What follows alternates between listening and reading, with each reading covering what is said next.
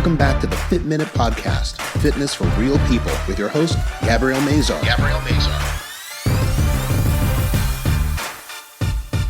On today's episode, Gabrielle interviews Emiley Kight of Simple and Scratch.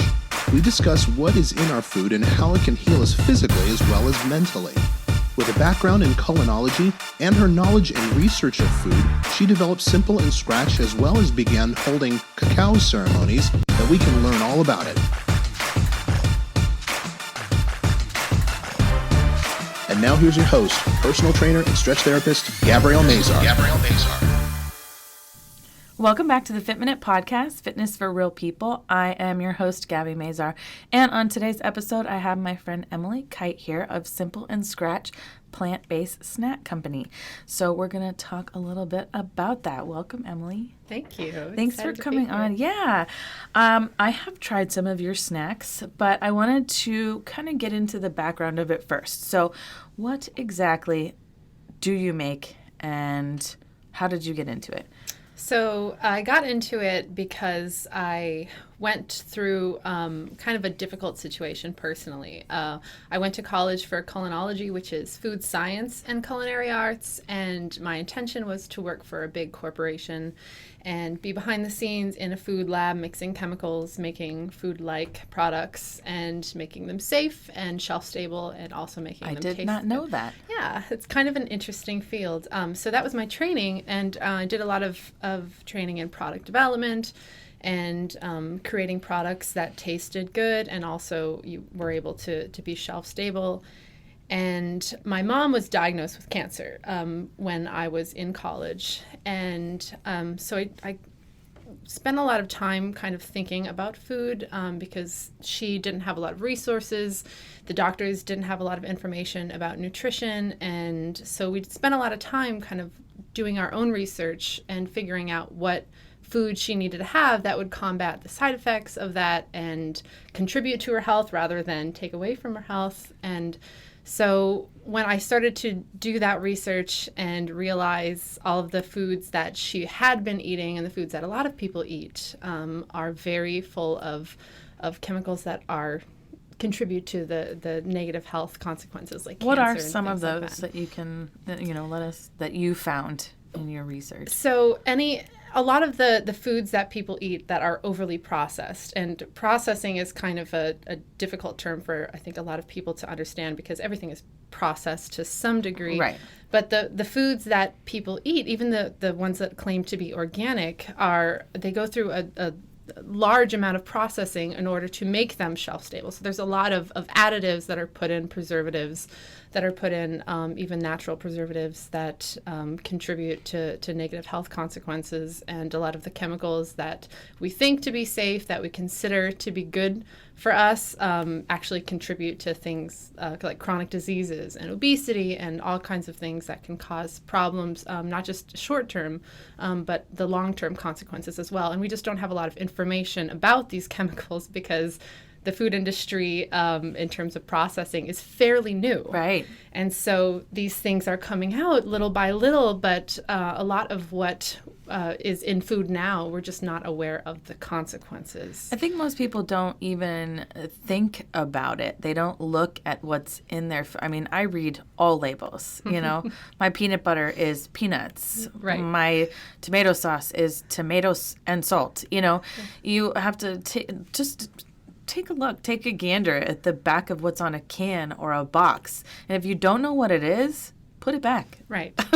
And there's a lot of people that are reading labels now, which is great. But there is a lot of marketing done because companies understand that people are reading labels, so they put products under different names. Like sugar's got 100 different names, and it can be hiding. Sucralose, yeah. Yeah, and so it's very difficult for people to understand when they read something, like plant-based oil or, things that sound like real food, the processing that's done to create that product, even though it sounds really great on the label. If they were in the plant watching it being made, they'd go, I don't really know what that is. Yeah. I don't know if I want to put that in my body. So there's a lot of marketing around that, and it's not something that I realized until I started doing this research and realized the foods that we're putting in our body aren't foods at all.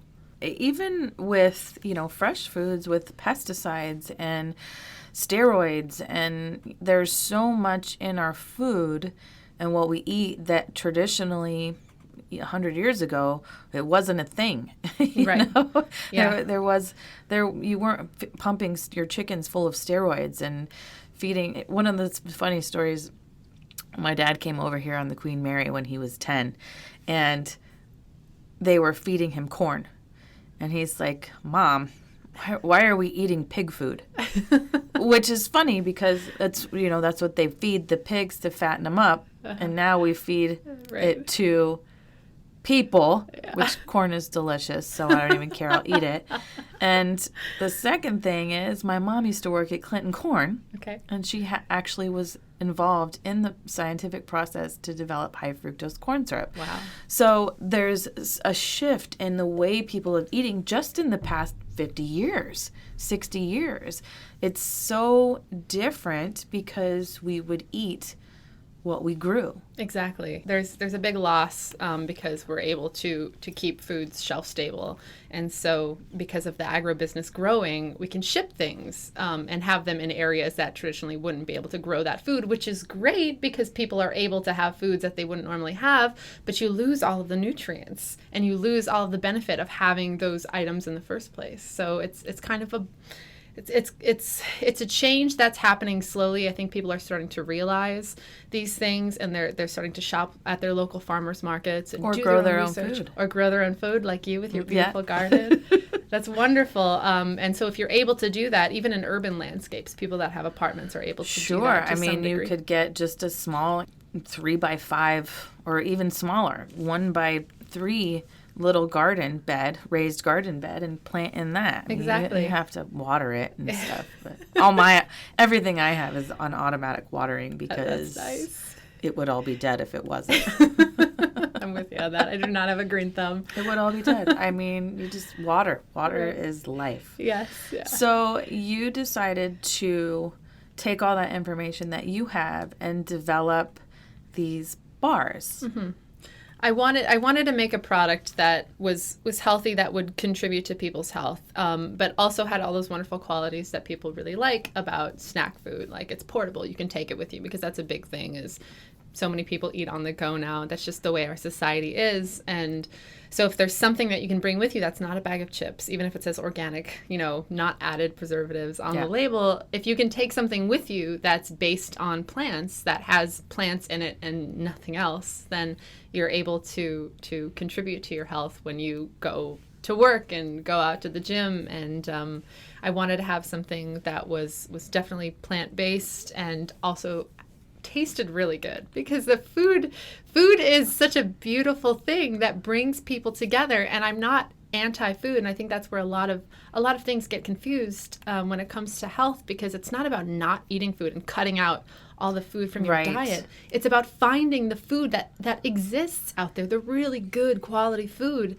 And people don't realize a vegan lifestyle, vegetarian lifestyle is full of nutrients and full of flavor and full of opportunity. And there's lots of dishes that you can make when you start branching out and reaching out to foods other than, like the staples of corn and wheat and things like that.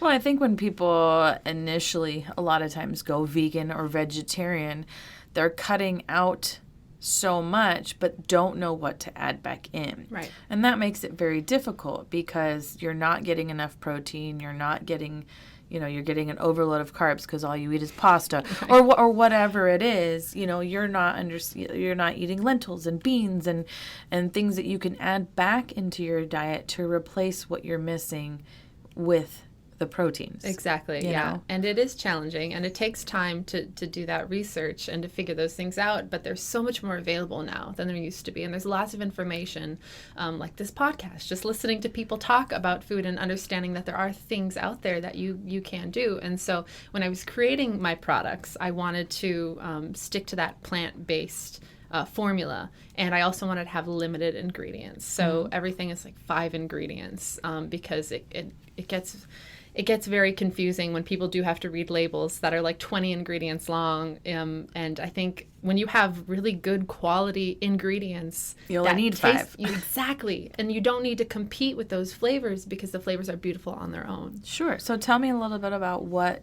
is in some of your bars. So the cacao bar that I have, because it's chocolate based, and I'm just a sucker for chocolate, and it's cacao, which is the cacao fat and the cacao powder, essentially.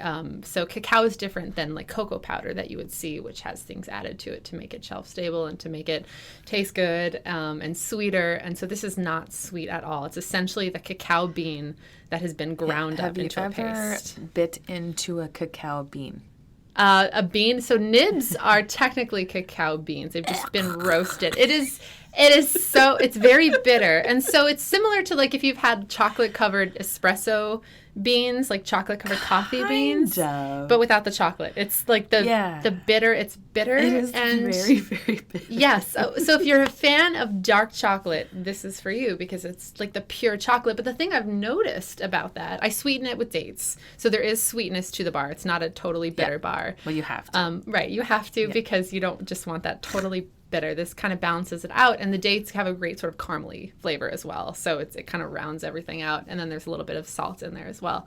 But the thing about cacao is that it satisfies the chocolate craving that you're looking for when you reach for like a store-bought chocolate bar that's just packed full of sugar, added sugar and milk and things like that. There's a little bit of chocolate in there, and that's what you're craving, but you become addicted to the sugar, and you miss that chocolate flavor, so you reach back and you go for more and more and more. Exactly. Mm-hmm. And so with my bars, you only have to have a little bit because you get that sweetness, but you get that chocolate craving satisfied. And that was so important to me because I love chocolate. I didn't want to give up chocolate, and I wanted to find something that wasn't filled with sugar and filled with additives, but still satisfied my chocolate craving. And you have a couple different ones too, the brownie bites and... Mm-hmm. I have the brownies they're a raw brownie, so they're not cooked. And instead of flour, I use ground up nuts. So there's walnuts and almonds, and then there's the cacao as well, and dates to sweeten that. And those are really good because it's got a really dense texture. So those brownies that are really thick and gooey, this is exactly like that, but it's all plant-based. Nice. So speaking of cacao, you do cacao ceremonies. Mm-hmm. I don't really know what that is. It's kind of a new thing. So cacao has been used for thousands of years in tribes to help people connect, usually through spiritual ways, and bring people together. And we use it now because it helps people open up. So what people call heart openers, things that people do in yoga to make yourself more vulnerable and bring in kind of that whatever you need to receive, that goodness that you need to receive in the energy. We do that with cacao. So it's a vasodilator. So it opens up the blood vessels. And what that does is it kind of flushes the face and it makes you feel open to things. And that can be a little overwhelming for some people when they first do it because we're used to kind of like protecting ourselves and protecting our body. So when you go into something like a cacao ceremony and you open your heart, it allows you to receive, we have sound healing that we use as well. And so it allows you to receive that and be totally open to it. And it's an experience that almost gives you an altered state because of the way that the cacao affects your body. It can make people go into like visions and go into trances and kind of go to a higher state. And it's not going to be that way for everybody. Some people just go in and they just enjoy the feeling of the cacao. Relaxing. Of relaxing, exactly. Blood flow, getting oxygen to your body. It releases stress. It's really good for that. You just had one in Sedona. Mm-hmm. You had a pretty good turnout for it. Tell me a little bit, what exactly you do during a ceremony. So we start by getting people to kind of release energy. So usually there's some kind of breath work and some kind of movement that gets people away from the fact that they just like drove in their cars and they're stressed out because of traffic and whatever happened in their day-to-day life. So we get that energy out, that kind of anxious energy out. And then when people are a little bit more settled and a little bit more focused kind of on the space in their bodies, we sit people down and we play sound bowls. So I have a friend, Meredith Simon, that comes all the way from Prescott. She's going to be joining us. And we were up in Prescott doing the cacao ceremony, and she played sound bowls, and she has gongs, and she has a bunch of other different instruments that I don't remember the names of. What is a sound bowl? So sound bowls are are bowls, glass bowls or metal bowls that vibrate and create a specific resonance. So there's certain ones that connect to certain chakras and certain ones that are play certain notes. And so for some people, it opens up certain parts of their body or their mind and connects in certain ways. And so there's ones that have a really high pitched sound and ones that have a really low vibrating sound. And so what that does is everything's vibrations around us. So it heals the body. And the more that you go into these situations of vibrational therapy, the more that you become connected to those things and connected to your body and kind of focused on what your body needs and listening and receiving the healing. So how did you even get into this, to doing these ceremonies yourselves? What made you decide that you wanted to venture out and host these ceremonies? I think the big part of me getting into food in general was that food brings people together. And so when I was making these products, I wanted to be able to share with people in person about, seeing them enjoy the products and hearing their feedback and what they loved about it. And when I did the cacao ceremonies, I realized that it was bringing all those wonderful things that I loved about food, that people were coming together to enjoy something that was totally pure and something that was raw, and they were able to enjoy it in a setting that was relaxing. And that's something that's so important to me because everybody goes through stress, and I've certainly dealt with some things in my life that have caused me anxiety and depression, and this was one way where I could help myself get through those things. And I realized that it was helping other people do that as well. And so it was combining all of the things that I loved about food with all the things that I loved about people coming together and supporting one another. So you just touched on something that I wanted to kind of talk about a little bit, because you posted something on Instagram or Facebook the other day about dealing with anxiety and dealing with depression. Mm-hmm. So tell me a little bit about your experience with that, because I feel like it's a lot more prevalent than it used to be. I think that people have a lot of anxious thoughts, a lot of depressive feelings where, dealing with everyday life is very difficult. Tell me a little bit about your story about that. So it was something that I've dealt with. I can't put a date on it, but it's something that's always kind of been there. And I spent a lot of time focused on others. So when I was a caretaker for my mom and a caretaker for my grandmother, and I spent a lot of my energy kind of ignoring what I was feeling because I wanted to give, and I didn't understand what was happening, that it was negatively affecting my body. I was so focused on out instead of in. And so when things kind of came to a head and I went through, a breakup, and I went through just some other personal things in my life that I wasn't expecting to happen, it forced me into a situation where I was having to look internally because I knew I needed to do something. Something wasn't right. I wasn't able to keep up the status quo anymore. I was anxious all the time, and it would just keep me super, super ratcheted up. And then my depression would just keep me from doing anything about it. So I knew I needed to do something to reach out and get help. And so I started seeing a therapist, and I started going to support groups, any support group that anyone recommended. I was like, yes, I'm just going to go. I'm going to talk to people. I'm going to see if this is right for me. And it helped, and it's still helping. And it's a process that I'm having to go through. But because people that I knew talked to me about therapy and talked to me about their depression and their anxiety, it was just something that I never even thought I could talk about. And then everybody in my life was talking about whatever issues they were going through, or people that they knew were going through. And I realized I don't have to go through this alone. Everybody is going through some form of this in one way or another, whether it's them or someone that they know. Everybody understands. Nobody is alone. And so when I started to reach out, everything became easier. And I mean, I'm not perfect, and I'm not healed, and it's something that I'm probably going to have to deal with for my life. But I understand now that there's a path, and that you can help. Well, let's just get one thing straight. Nobody's perfect. Right. Nobody. That's true. And I think that recognizing that you need help is the hardest thing, but it's the biggest step, because once you get over thinking I'm the only one that feels this way, nobody can help me, I don't know what to do. Once you reach out and get help, you realize that everybody else out there has something. I mean, I'm a huge proponent for therapy because I don't go for myself because I'm perfect. But no, I mean, in my relationship, my boyfriend and I go to therapy on and off because we want to make sure that our relationship is working, even in good times and in bad times, because everybody has hard times. You know, when I'm stressed or when I have a lot going on, I shut down. And I don't talk, and I internalize everything because that's how I deal with things. But it's getting it out there and having that discussion that makes you, one, I think helps you to get it out. Get out all these feelings and understand, you know, it's okay. It's okay, and you understand where I'm coming from.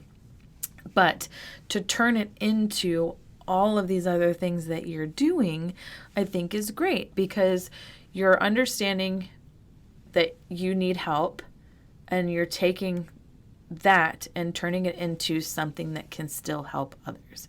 Right. So even though, you know, you spent so much time taking care of your mom, taking care of your grandmother, and doing all that, you're now taking that to another level with Simple and Scratch and with these cacao ceremonies. And I think that that's fantastic.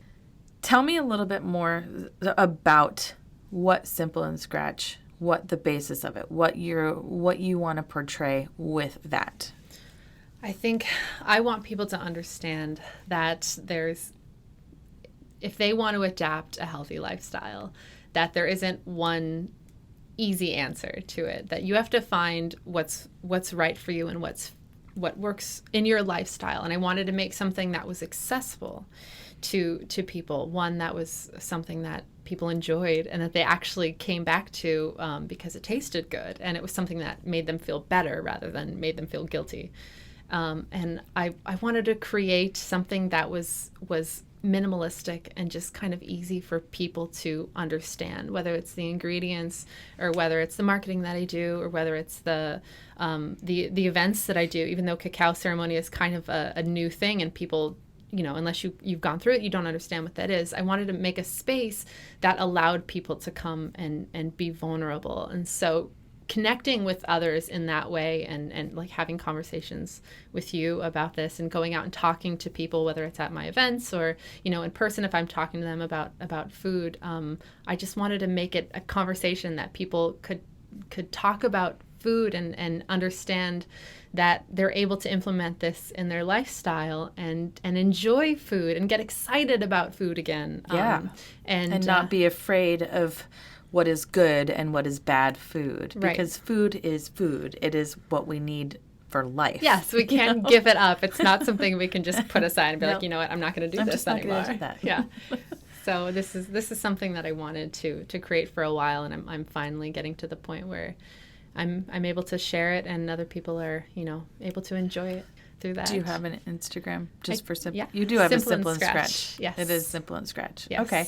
And so you do have one ceremony, cacao ceremony coming up, but you're going to have future ones. Yes. I know you don't have dates set up right now for future cacao ceremonies. Can you tell me, I just want to expand a little bit more. Can you tell me a little bit about what you personally experienced through these cacao ceremonies? For me, it was a way of, one, putting myself out there, because I sometimes am a very introverted person. And so this was my way of kind of stepping out of my comfort zone and doing something where I was talking to people, you know, in a setting that maybe I wasn't necessarily 100% comfortable with. I going through the ceremony itself, because I've done a number of ceremonies that I know from other people and experienced it through them. It allowed me to be totally vulnerable. And that's something that was really hard for me, because I'm an introverted, guarded kind of person. And so when I'm in a situation where, you know, you're sitting in a circle and everybody's just kind of like lying there enjoying the cacao and the sounds and things like that, it's something that's different. And so it allowed me to find a space that I felt safe in, that opened my heart and kind of allowed me to de-stress and connect with other people that understood the benefit of cacao and talk to them and grow. And it opened up a world of opportunity for me, because the people that come to these ceremonies are from all different backgrounds. And so it really allowed me to converse with people about why they were there, what their experience with cacao was, and it just taught me a lot about what people are going through and what helps them and kind of their journeys. I love that. That's pretty cool. Yeah. Thank you so much for coming on today and sharing about this. I found out some things I didn't know about you, so that's pretty cool. Awesome. Because we've known each other a while now. Yeah.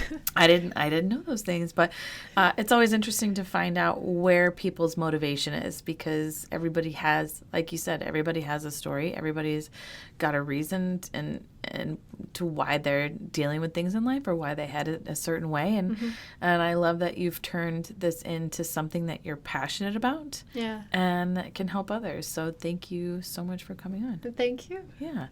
Thanks everybody for listening, and we will see you all next week. Thank you so much for listening to the Fit Minute Podcast, Fitness for Real People, with your host, Gabrielle Mazar. If you'd like more information on today's episode, you can find it in the show notes, or you can find it on Gabrielle's website at www.healthybodyworksaz.com. You can also find out more information about Gabrielle's fitness vacations. To find out more about this summer's Banff Fitcation and our fall Fitcation to New Zealand, visit www.healthybodyworksaz.com. Be sure to share the show, give this podcast a great review, and subscribe so you don't miss an episode. Join us next week to hear more stories from people just like you. This has been the Fit Minute Podcast, Fitness for Real People, with Gabrielle Mazar.